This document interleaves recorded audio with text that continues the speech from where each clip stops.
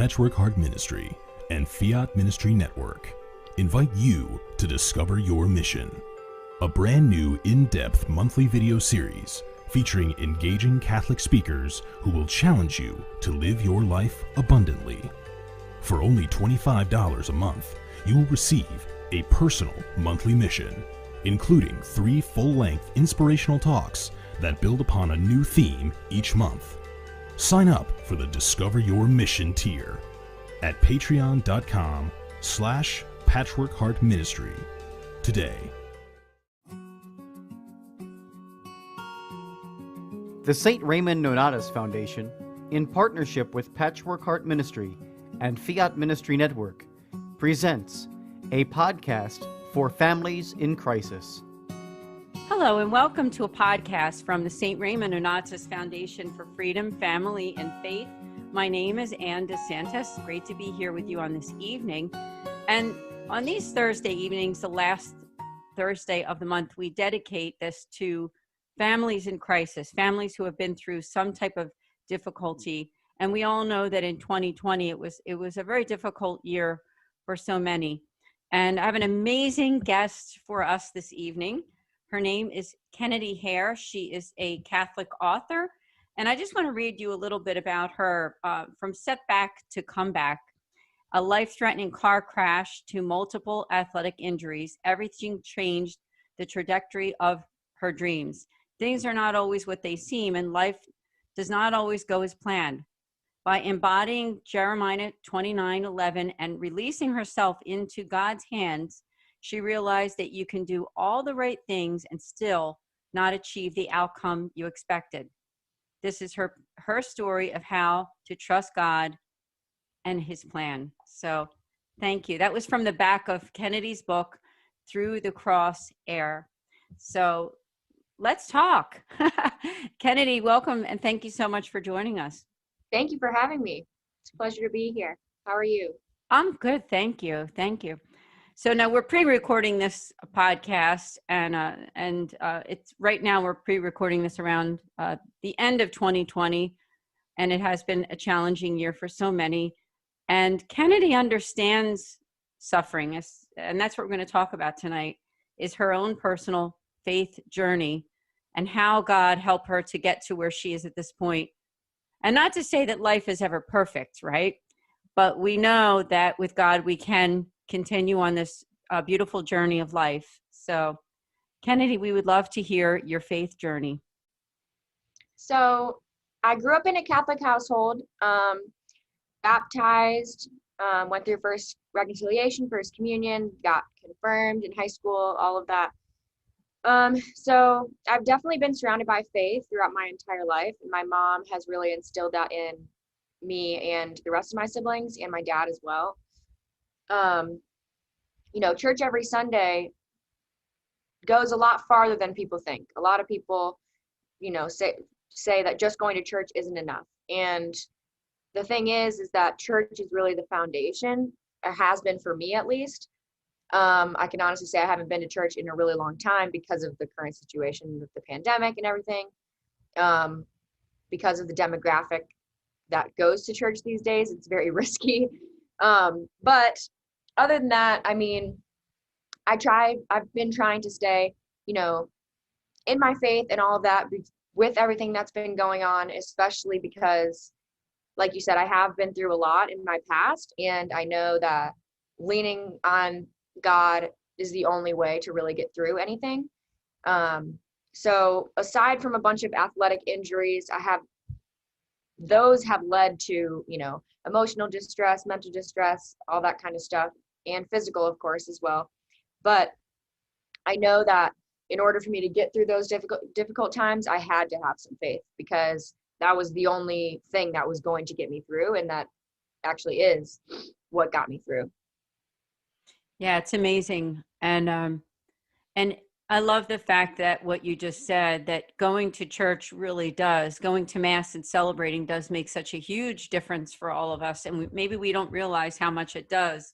Right. And for those who are listening, and maybe you are in some kind of a crisis situation in your own family, and you may have some family members who can't make it to Mass right now is just continue your prayers and believe, we've all been through a very rough time, but we have to continue on with our faith. And so that's why I'm so glad that we have you here on this evening, because you are a younger person, and it's an honor for us to have a person of your age, and also the fact that you're a person of faith, because a lot of people your age don't. And I think you know that too. I think Right. we've discussed that before on other shows that we've done, that sometimes within that sort of 18 to 25 range, would you say that, do you have other contacts, friends, people that you know that aren't on the same plane as you are with? I would definitely say more than not. I am somebody who I don't really hang out with a lot of people. I'm kind of, I have a very small circle and but, as far as acquaintances go or not so close friends, more than not have, little faith, or I wouldn't say that some of them have none at all, but none have really focused on what God can do in their lives. But I definitely think that people my age struggle the most, solely in my opinion, because of some of the negative things people go through in high school and college. It's they're really hard times, and it's where you have to just really truly attempt to find yourself. And because especially when you go to college, you're on your own, and it's a first time feeling for a lot of people. And so negative things and setbacks are usually what drives people away from faith, in a sense, because people do why is this happening to me? I don't deserve this type thing, which, I have openly admitted I have done that as well, wondering, why me?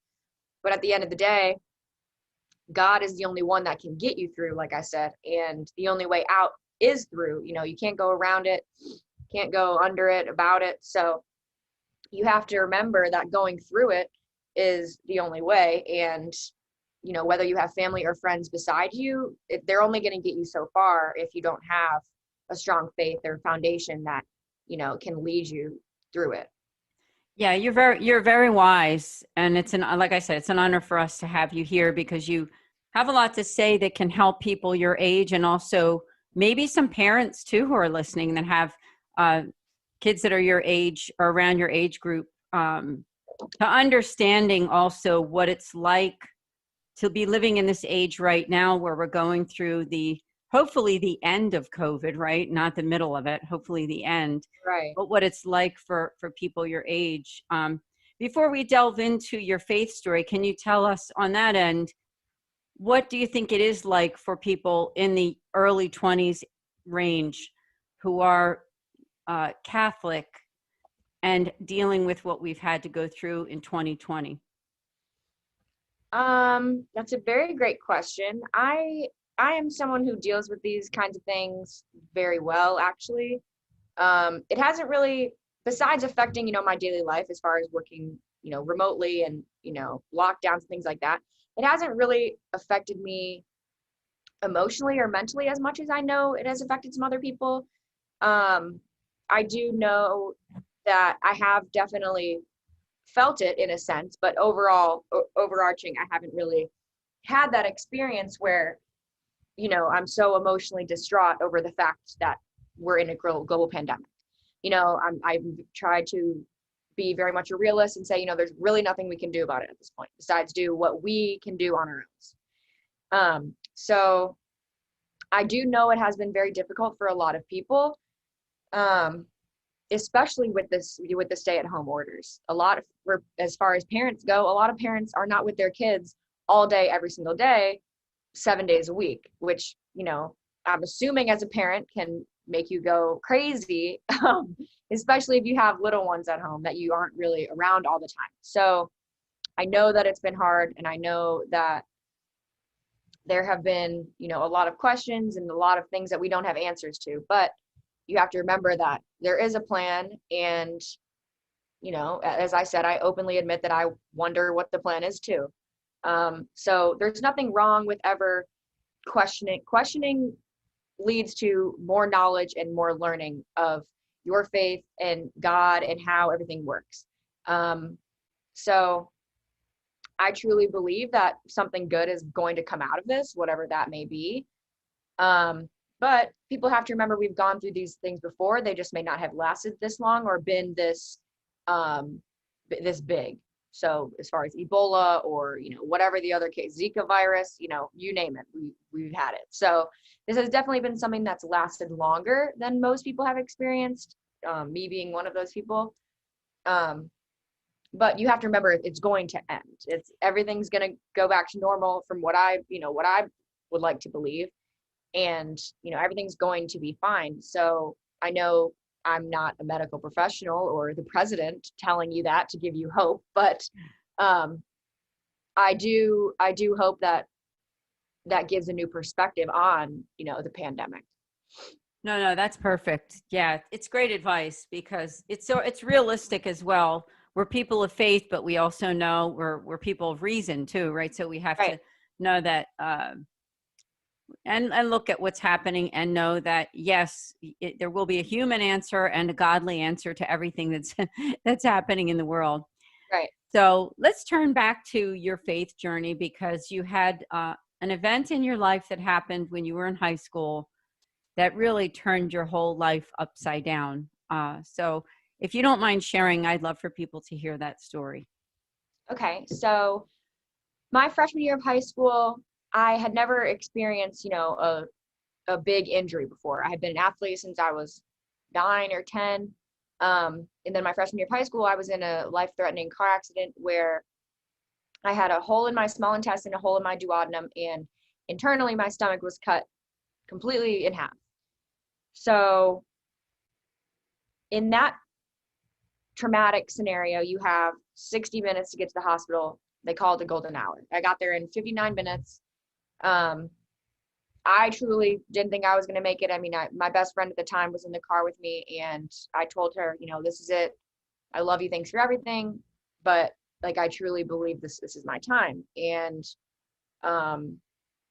the white light that people talk about definitely does exist. I didn't see, what some people see as far as the future or things like that, but it does. My eyes rolled back in my head and everything did go very blank, and I didn't really know if I was going to come out of it. So here I am today to tell the story. There were 22 staples down the front of my stomach. I lost 22 pounds, missed 30 days of school, was told I'd never play volleyball again, and I was on a liquid diet for 3 weeks.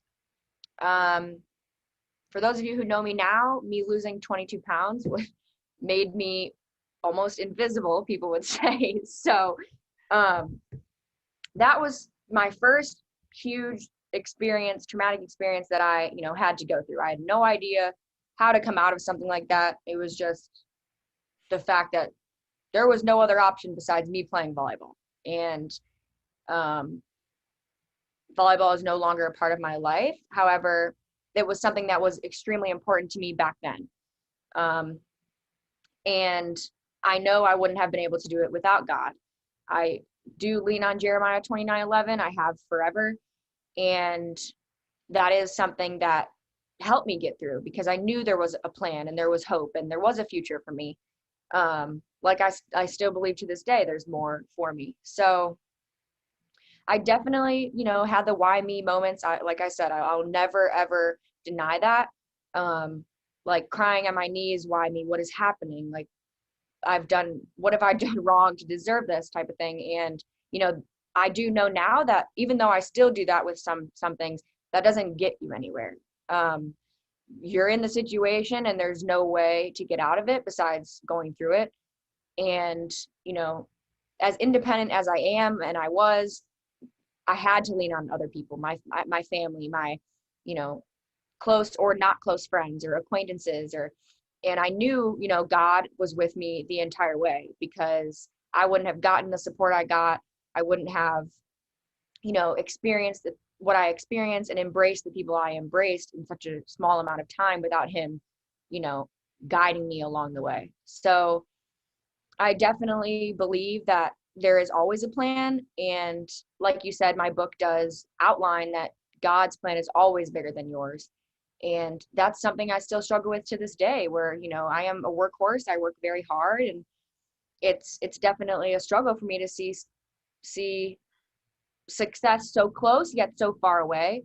But God is at the center of it. And no matter how hard I push, no matter how hard I, you know, keep going and want it sooner, you know, God's timing is really the only way. So as far as the accident goes, I did get back to playing volleyball in about a month and a half or so.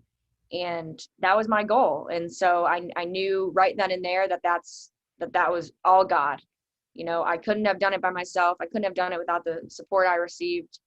And quite frankly, I wouldn't be where I am today without my faith. I give all the glory to God, even though, you know, I have been through a lot. For those of you who have read my book or know me personally, a lot of things that I've gone through, people don't go through their whole lives. So I'm not a very emotional person, but it is definitely something that I love to talk about with people, because it gives a new perspective on a lot of things, especially faith, because like I said, setbacks are really what draw people away. And I try to remind people that it should really draw you closer to God at the end of the day.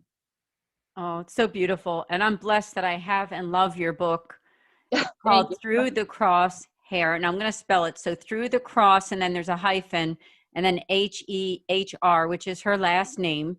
Her name again is Kennedy Hehr. And tell us how they can get a copy of the book. Like I said, I love the book, and I got it right directly from you. So tell us how they can get a hold of it. So you can email me, message me on any social media, and I can sign the book and send it to you. I sign every single book that I ship off, or you can just get it on Amazon, and then they'll, you know, prime ship it to you. But I obviously don't get those books first, so they won't be signed. But either way, same price, whatever works. You know, I'm open to anything. Yeah, that's great. And your email address? My email address is just my first and last name at hotmail.com. Kennedy Hehr. Yes. Awesome. And on the cover of the book, I think it's interesting because you have some words here that I think is good for people to hear. It says comeback. Another one is more than an athlete, great resilience in trials, overcomer, faith over fear, and destiny. Can you talk about how you came up with the cover and also those words, because they really tell a lot about what the book is about, I think. So great resilience in trials is more an acronym for the word grit. My mom helped me come up with the acronym. And then the cover was actually, I had no really creativity. I don't have any to this day, but one of my friends, Shelby, and another lady I know named Natasha, they put it together. I basically told them, here's my favorite colors, and I kind of want, you know, some sort of Jesus piece coming out into the light, which is the cross. And then comeback and overcomer just show, you know, setbacks turn into comebacks, and then you are an overcomer. Even if, you know, you don't reach the goals that you want to, if you come out of what you had to go through, you are an overcomer. And that is something I like to tell myself that I am. What's another one? Perseverance. Yeah. So the other ones were destiny, faith over fear, and more than an athlete. Okay. Faith over fear is a big one for me too, because, you know, you can't be scared to chase after your dreams. I've always said, you know, from my first interview after my car accident, to follow your heart and chase your dreams, and, you know, the rest will fall into place. I am someone who will follow my heart to the ends of the earth, and my dreams are big for me. I may not be someone who, you know, writes down goals and things like that, but I have them in my head, and I know when and how I want to reach them. So it's definitely important. And more than an athlete is probably my favorite one, because I was someone who was defined by, you know, oh, you're the volleyball player. Oh, you're the libero who wears the peach jersey on championship day, or you're the girl in a car accident. And, you know, that was fine with me back then. That's all I wanted to do was play volleyball at the highest level. And the thing was that the accident forced me to find myself outside of volleyball. Granted, I was 14, 15 years old, and, you know, I didn't really truly find myself, if I even have to this day, until long after that. You know, I'm still working on it, aren't we all? But more than an athlete is huge, because every athlete, no matter how old you are, more than that. You're more than an athlete. You're a child of God first and foremost, and, you know, you're so many more things. I could sit on here for hours and talk about what each and every one of you are, and at the end of the day, like, you are enough, whether your sport ends before you want it to or not. That's right. You're in the and we can have all these different titles as humans, you know, for each person, whether it be man, woman, wife, sister, next door neighbor, right? Teacher. I mean, there's so many that we could be. But at the top of that list, as you said, is that we are a child of God. Right. And I must say again, you are so wise with everything that you've learned, and throughout your book, you know, the pain that you went through, and then you demonstrate in the book that you did choose faith over fear. And when you said a little while ago that not only did you get to communicate with people who were your friends, but a lot of people who weren't your friends or just acquaintances that Right. maybe wanted to feel like they were doing something for you, helping in some way. And God used those circumstances to help you to get to where you are right now. And he's still Right. doing that. So I definitely experienced more love and support than, you know, I ever have in my life. There were times after, you know, that when I was younger, I didn't have all the social media. I had a few, but as the years went on, I still, you know, received messages about, I saw your story in AAU volleyball magazine, or on Google somehow I popped up. And people that somebody showed me a post literally last year and was like, Kennedy Hehr is my inspiration. I have no idea who this person is. No idea if she even played volleyball at the time. And so that is all I've ever wanted to come out of such a, you know, traumatic accident, and, you know, the knee surgeries after that and the concussions after that.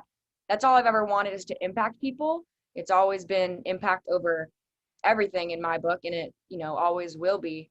So I hope, like I've said multiple times previously, that my book can touch somebody, or, you know, in the off chance that it changes somebody's life for the better. Like, I did my job. I wrote that book solely so, you know, people not only could know my story, but could know that they weren't alone. And, you know, not that it's based off of athletics, but a lot of the book is surrounded by, you know, college sports, and people go through things that, unless you were a college athlete, or, you know, are to this day, you have no idea what I would have gone through, or what people go through now, with or without injuries. And so that book is to help people. And I always obviously want to hear from anyone who reads it. Even if you don't, I would love to hear from you. I'm not perfect. You know, I have my struggles. I have my, you know, my nights where, you know, I'm not the happiest girl in the world, but I do try to put things in perspective, that I'm so blessed and so grateful to be, you know, just here. You know, I shouldn't even be here. I've been called Miracle Girl for 6 years now for a reason. We're coming up on 7, I believe, in 2021. I can't even remember anymore, which is crazy. So just always remember that you are enough. That's literally the last sentence of my book, because it's so important to me, and I wanted it to touch so many people, and then to remember after they close the book, like, okay, I'm enough, you know. And that is something I struggled with when volleyball ended multiple times, temporarily or permanently, like it has now. It's like, why am I even anything else besides, you know, a volleyball player? And so I have found myself outside of that. And the younger you can do that as an athlete, the better. Or anything, really, whatever you do. If you're a music person or an artist, or, you know, whatever the case may be, that you are so much more than what you may think defines you. Right. Then the label that Yes. other people might have, right? Then those Right, labels exactly. that we get. Yep. So I love your story, honestly, and I love your perseverance. And most of all, I think that your wisdom is just incredible. And as you said, not everyone who is your age in their early 20s has the kind of wisdom, has experienced the type of suffering that you have, because suffering does mature us, I think. Right. And I it is do. I think it really matures a lot of us. yes, and it's definitely a strong word, but that is what a lot of people go through, including me. It was suffering and pain and sadness, and a lot of dark times push you to believe, like, is this ever going to end, or am I going to come out of this? And so that's when you have to believe that there is more, at the end of the tunnel, for lack of a better phrase. No. It's very good. Thank you. Now I wondered if you could tell us, so the accident happened and your healing had started. And then can you take us on the journey from that point to where you are now? Sort of what happened in your life from those points up until now? Yeah, so after my car accident, that was January 26th of 2014. So I came back March 11th, I think, March 12th of that same year. And then June 9th of the same year, I tore my meniscus. I'd never had a knee injury before, and they had to, it was torn, flipped, and rotated. So they had to completely repair it, which put me out another 5-6 months. And then that following year of AAU club season, we were national runner-ups, and I was named an AAU All-American. That's when the recruiting really started, the college recruiting. And then shortly after that, my senior year of high school, I was playing volleyball with my sister, having the time of my life in high school. And I tore my meniscus right before my 18th birthday. So around September 23rd or something, same knee, same spot, same procedure, same recovery, 5-6 months. It's my senior year at this point. I'm uncommitted, no idea where I'm going to college. And if you know anything about sports, people commit now at age 14. So I'm 18. I have no idea where I'm going to college. I'm injured. I'm out till March at the minimum. And it's just another point where I'm like, you have got to be kidding. I knew I was done. At this point, I was like, is there any way I can, how many surgeries period, can one take? So I had been being recruited by Coastal Carolina, and at the time, and when I had gotten injured, I called the coach and let him know, and he said, we are still so happy to have you here. We would love to have you. And that night I, committed on the spot. I had visited, a couple months previous, and so I was going to be a Chanticleer. So I went to Coastal in July of 2017, I think that's right. Yeah. And then played there for a year, won the conference championship in the Sun Belt, ended up transferring. I was committed to play volleyball at Arizona State, which is a Pac-12 school. And 2 weeks before I was supposed to go there, I decommitted. So any of you that know, really any sport, preseason starts in about August, and I had no idea where I was going to school in late July. So another stressful time, another time where, grind season. I had no other option but to, get emailing, get my film out, tell the coaches that knew me personally, hey, I'm, uncommitted right now. Get my name out there, whatever the case may be. And so that's how I ended up at UNC Charlotte. The South definitely has my heart. So that is something that pulled me away from Arizona State. It was a gut feeling that I didn't think it was right. And I don't regret that to this day. So here I am back in the South, not in South Carolina, but in North Carolina. Played volleyball for a year. And then right before the conference tournament, which we were going to for the first time in a couple years, I believe, or we had a pretty successful season for the first time in a couple years. And I got hit in the head and was concussed and couldn't go to the conference tournament, was out for the rest of the season. Little did I know I was that was going to lead me to medically retire. So that happened in November of 2018, I think. Yeah, 2018.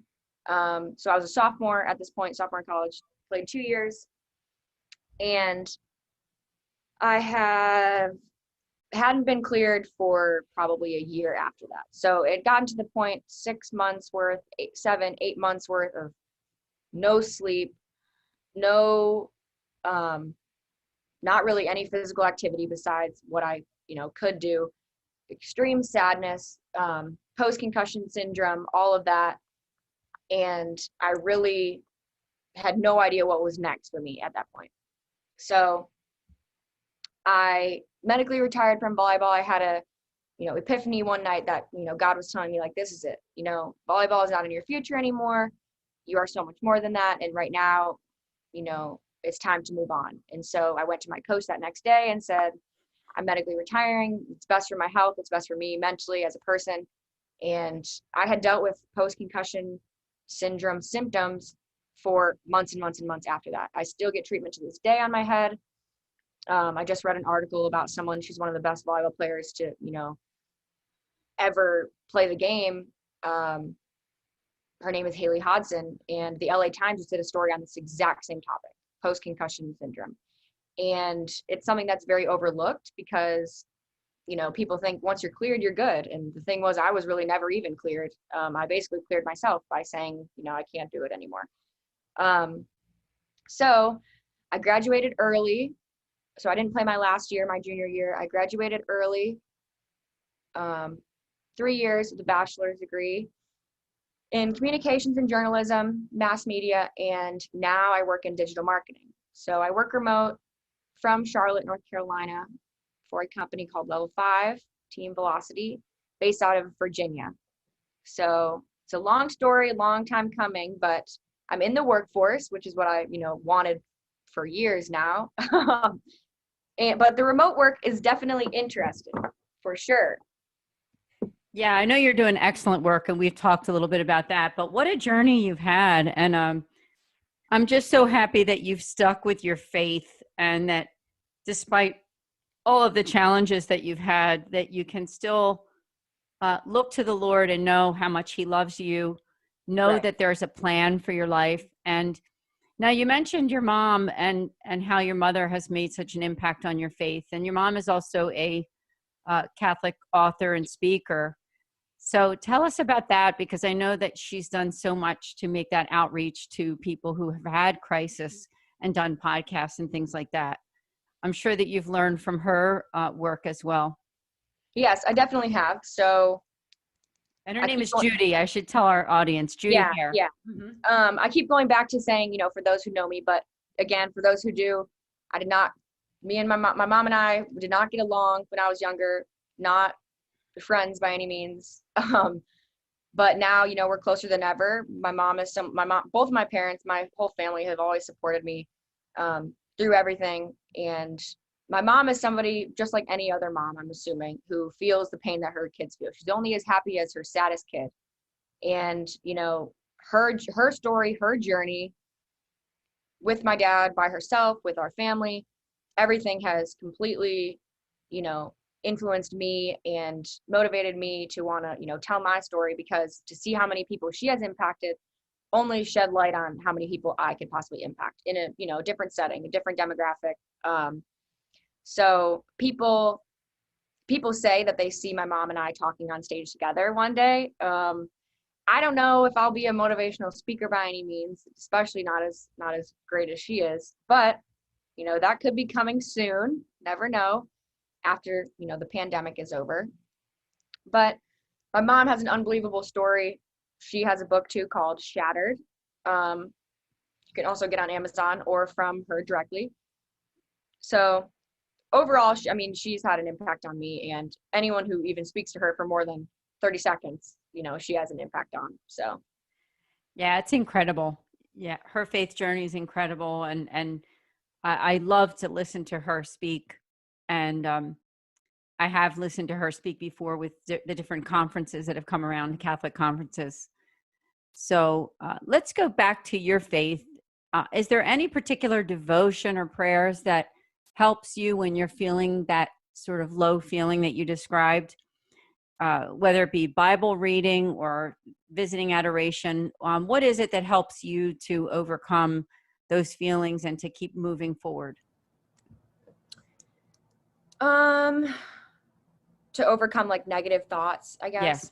So probably, honestly, I am somebody who likes, when that's happening, I do like to, open my Bible app, and whether it's, read one little phrase or read a chapter, or even, open my physical copy. Because even though I'm not playing a sport anymore, we all go through things, we all have our questions about what's next. And that is something I stress a lot about, is the future, even though I have no control over that. And that is something I struggle with to this day. I'm like, what's next? I'm ready for the next thing. And I want to, see where I would be. I want to see how much money I'll be making, the friends I'll be around, and honestly, the only thing is to really trust in Jeremiah 29:11, like I have been forever. And I have to tell myself that every day, trust, there is a plan. There's always been a plan. My hard work is going to pay off at some point. It always has. And so, as cliche and as basic as it sounds, it's really just to, lean on your faith in the hardest of times. Yeah. Yeah. I know that you have learned so much from that one time in your life where you almost died, and God brought you back, and then you thought you were going to die. I mean, you thought that was the end of your life, but it wasn't, and it isn't. And you had some more setbacks. Right. And yes, you admittedly, you say that sometimes your mind will go into places that you don't like it exactly. And it's scary. So if somebody's listening and say they're in your situation, maybe they're your age, because this podcast is for families in crisis, whether it's the parents, the grandparents, the kids that are your age or middle age, whoever they are. Mm-hmm. Would you have any words of advice for them to get over that hump? Maybe they had an operation, or maybe some kind of a disease, or wife or husband left them, a divorce that happened. What kind of advice can you give them to be able to take that next step in faith, knowing that God will take care of them, that he has a plan, and that he will help them to overcome that crisis with their faith? To put it in layman's terms, keep fighting, keep going, don't stop. And the work you're putting in is going to pay off. I do truly believe that. I could never tell you, when that's going to be, or how soon or how far away, but it's going to pay off. And another thing, no matter how independent you are, because I am one of those people, don't push, the support and the love away, because it is going to go away eventually when people, think or believe that you're okay, or that they know you're okay. It's going to go away. And so embrace it while you can. It's, it's a beautiful thing to see people rally around you, or a loved one when somebody is struggling. And so embrace that and love that and thank God for that, because, nobody would be around without him. And so continue to lean on your faith and keep fighting and pushing through, all the hard times, because the next one is coming. The next tough time or the next setback is coming. We're always going to keep going through things, but we're getting stronger as, life is going on, and the things that we're going through are, setting us back, because the only way to go after that is forward. So, don't look back, especially if you're in a current situation that's, troublesome, or you're struggling. That's the best time to, push harder than ever, because there's no way to go but up. And I truly believe that, telling yourself certain things every day and believing in certain things all the time are what is going to get you to where you want to be. No, that's excellent advice. Thank you so much. I know that you're a person also that you've learned a lot about relationships with friends, family members. Would you have any words of advice? Because, one of the pains that we all have in life is when there's misunderstandings with our family members, with our friends. Right. when there's friends that walk out of your life when you're going through a rough time, or maybe friends that walk out of your life, like you said, once they think you're quote okay, Right. they might forget to call or not get back to you, or you don't see them anymore or have any type of relationship. Do you have any words of advice or thing to say to people like that? Because that's also a difficult thing, and especially with COVID, right? I mean, Right. it was kind of a depressing year for some people because they're used to being around all these people, and now they weren't. So I didn't know if you had any advice there. I definitely have advice there. It's one of my favorite, questions, or I guess comments to make, is a lot of friends are going to come and go, and a lot of people are in your life for a season instead of, forever. And that is a hard pill that I had to swallow. Still to this day, people, walk out, and whether that's a friend or a family member or someone who's more than a friend, it's never going to get easier. But something I can say that I'm saying this out loud so I can tell myself, is to not let, your heart be closed off. Follow it, chase it as far as you can, or as far as you want to, because that's a huge part of you. And I am someone who gives every single last bit of everything I have into any type of relationship, as friends or less or more. And I do have to remind myself, no matter if the person walks out or not, or the relationship gets broken, that I do need to stay my true self and keep giving my heart out to people and keep giving back, because it's going to come around.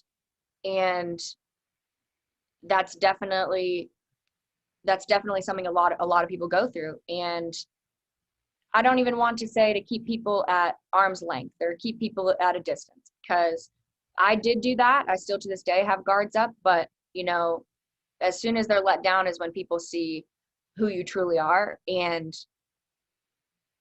those who have experienced me in any way really know that, as much as this straightforward front that I have the biggest heart of just about anybody I know, and I will do just about anything for anybody. So keep staying your true authentic self, and just be real, trusting God that he's going to have the relationships that he wants to have in your life. He's going to put them there, keep them there, or take them away.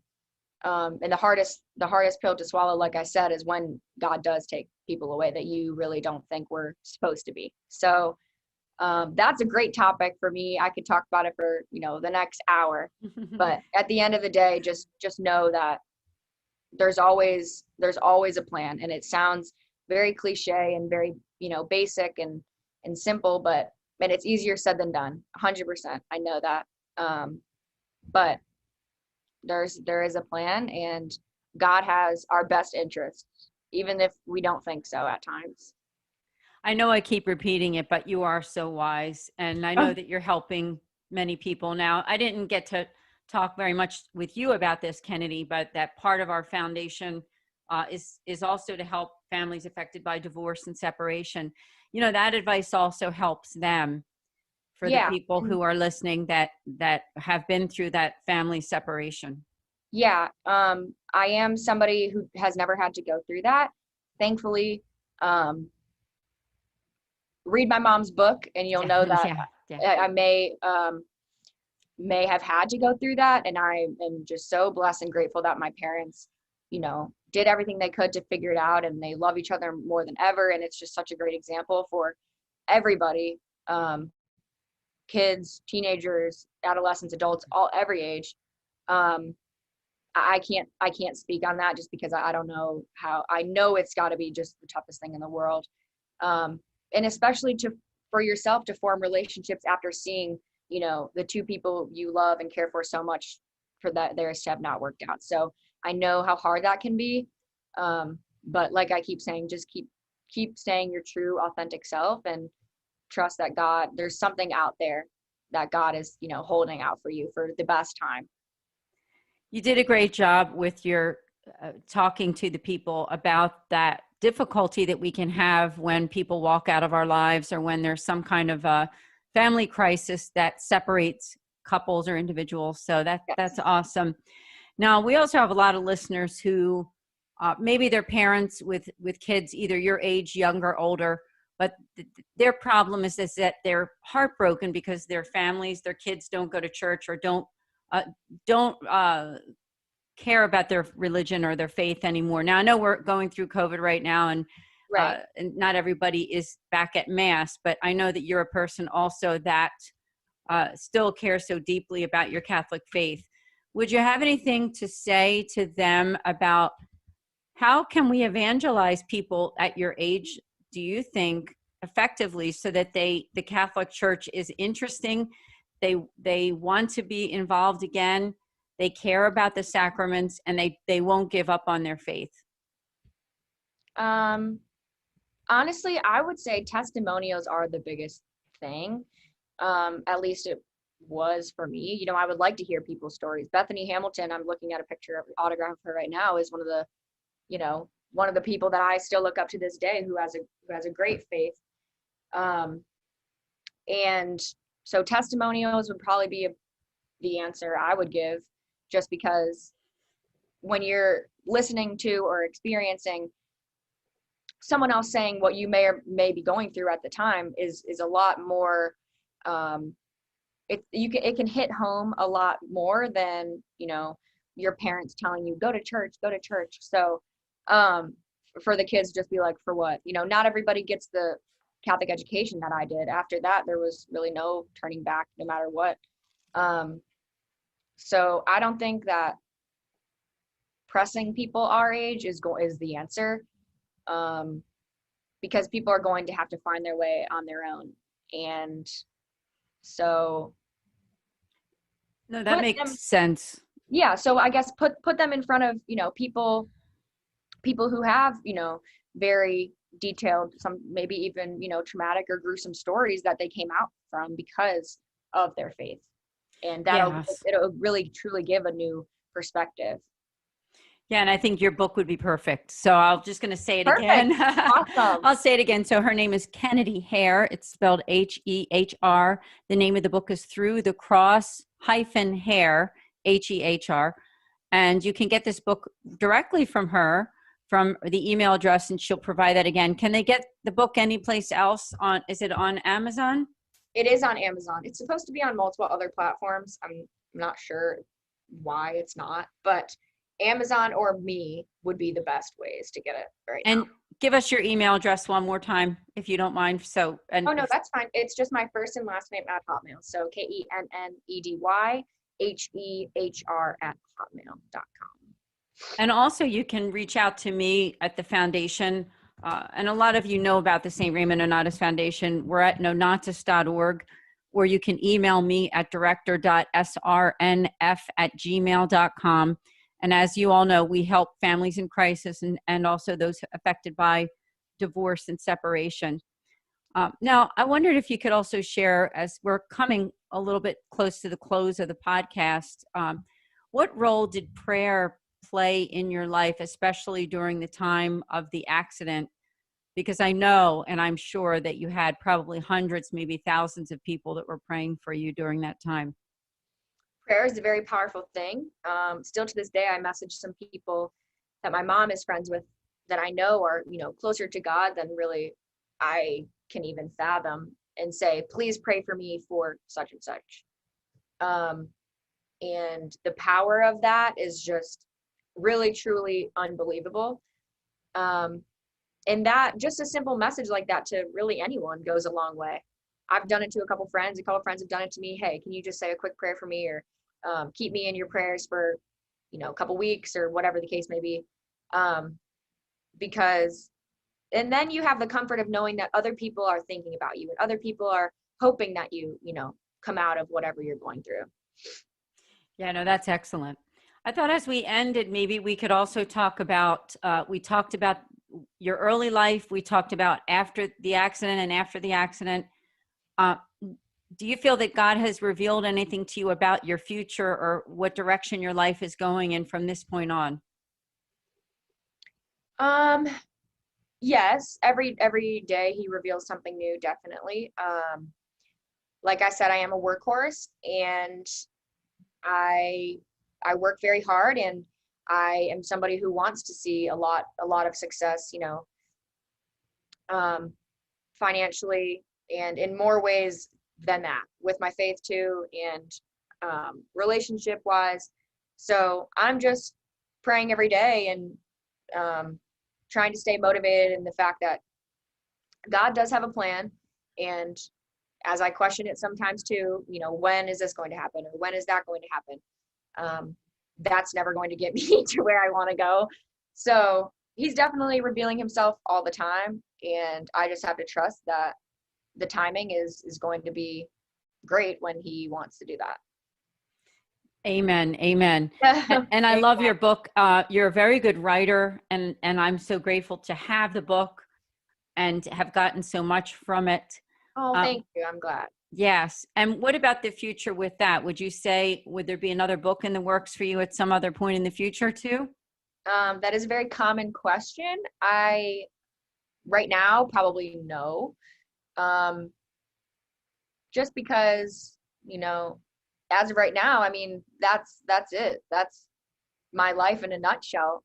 So it would definitely be a couple years, and a lot of huge events would have to come out of that, just because those are my favorite things to write about, realistic, true events that happened to me personally. So fingers crossed that the big events are positive events, nothing more traumatic. But as of right now, no is the answer to that. But we will see. It's not a closed door. I'm very young still. So That's right. That's right. As we end the podcast, I wondered if you could, and I know we already talked to our listeners about advice for those who are suffering, going through a rough time. What about any advice to grow in their faith? Do you have anything that somebody's listening and thinking, you know what, I hope that I can have that kind of faith if I go through something like that? Maybe it won't be exactly what you went through, but some kind of suffering. right. Would you have any words of advice to them, prayerful advice to be able to move forward with the Lord and trust him? Keep reading, keep listening, open eyes, open ears, open heart, open mind, because just like closed mouths don't get fed, closed minds don't gain more knowledge. So keep open everything, and just be aware of what's going on and in the world and in your life, and truly try to dive into how did I get to where I am, or what positives can come out of this, or what positive did come out of that.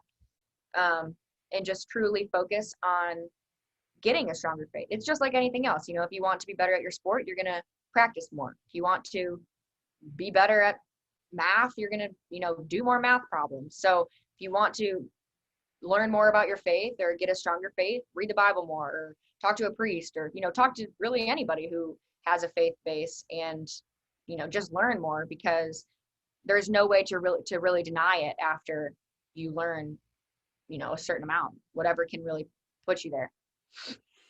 I love your outlook, and I love your practical sense of how you communicate. I happen to be the same way, just the way my brain works. So Yeah. thank you for that. And I think it's good advice for anybody listening, because sometimes we need some direct advice. And I'm hoping that as people are listening to this podcast, that they will also, and I think they will be, so enriched by your story. Kennedy is a person who understands suffering, and she understands things like comeback and great resilience in trials, and being an overcomer, and faith over fear, and destiny. And I'm reading this right from her book cover. Yeah. So please do get the book Through the Cross-Hehr, Hehr. And if you needed more information, definitely reach out to her. Her email address, again, is her name @Hotmail, or you can reach me at the Nonnatus Foundation, nonnatus.org. So Kennedy, listen, thank you so much for joining us. I'd love to have you back again with the St. Raymond Nonnatus Foundation. It's such an honor for us to host you here. Thank you for having me. I'm happy to join anytime. Well, I'd love to hear that. So please do. And everyone, we will see you all next month, the last Thursday of the month. We are always at 8 p.m. Eastern Time. Please do subscribe to our YouTube channel at Philly Nonnatus on YouTube. And also, please also subscribe to our website again. So God bless everyone, and we'll see you all next month. Thank you for listening to this podcast. For more information about the St. Raymond Nonnatus Foundation, visit nonnatus.org or email director.srnf@gmail.com. Did you enjoy this podcast? Listen to other podcasts from Patchwork Heart Ministry by following Patchwork Heart Radio wherever you listen to podcasts.